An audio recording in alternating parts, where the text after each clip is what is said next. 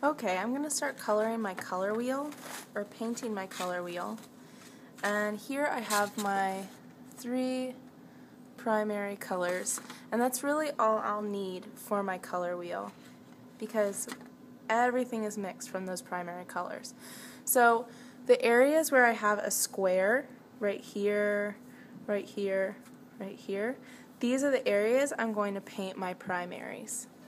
So I'm going to come over here, get some of my yellow, and notice that I'm not going all the way to the metal. I only dip the very edge of my paintbrush in. If I have paint all the way to the metal, then that paint's going to get stuck in there and it's going to leak out on your other colors where you don't want yellow. So I only need to dip the edge, the very tip of my brush in. And I'm loading it pretty well, but it's not going to the metal. So now that I've done that, I can bring it over to my first square.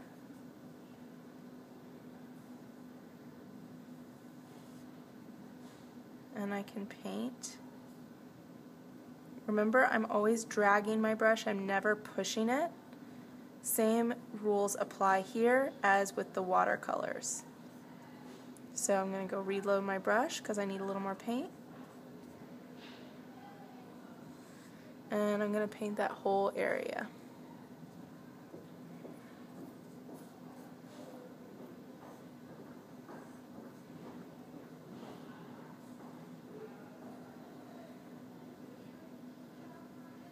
Okay, so now I've painted this area, and I'm going to go wash off my brush really well because I don't want any of that yellow in my blue.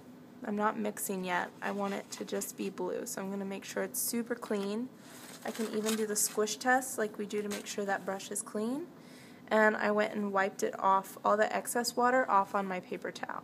So now I'm going to come over here and get some blue, and I'm going to continue with my other square. Pulling, never pushing. We want to keep that bristle with my brush at a nice point.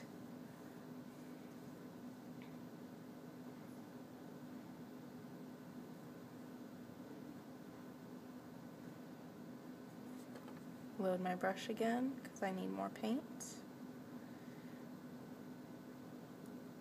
This paint is acrylic, so it's more opaque than the watercolor, and it will be thicker. You're used to watercolor, which is really thin, but it's okay that this is thick. We don't want glops of paint, but we want it to be pretty even.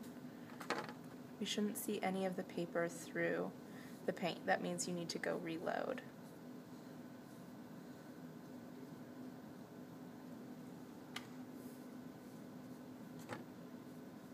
We want to kind of try and paint in one direction so that you can get a smooth finish.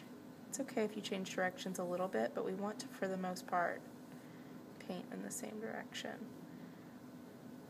When you start getting really expressive and doing different kinds of brush strokes, different kinds of painting, then you can paint in many different directions.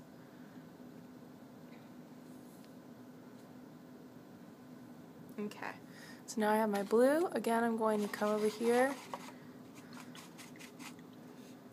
make sure my brush is really clean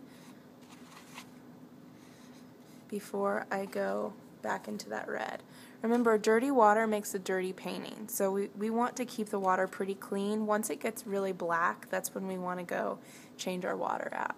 And then I can just continue with my red. So you're going to complete the whole color wheel. We're going to start with the primaries, and then you'll move on to your secondaries.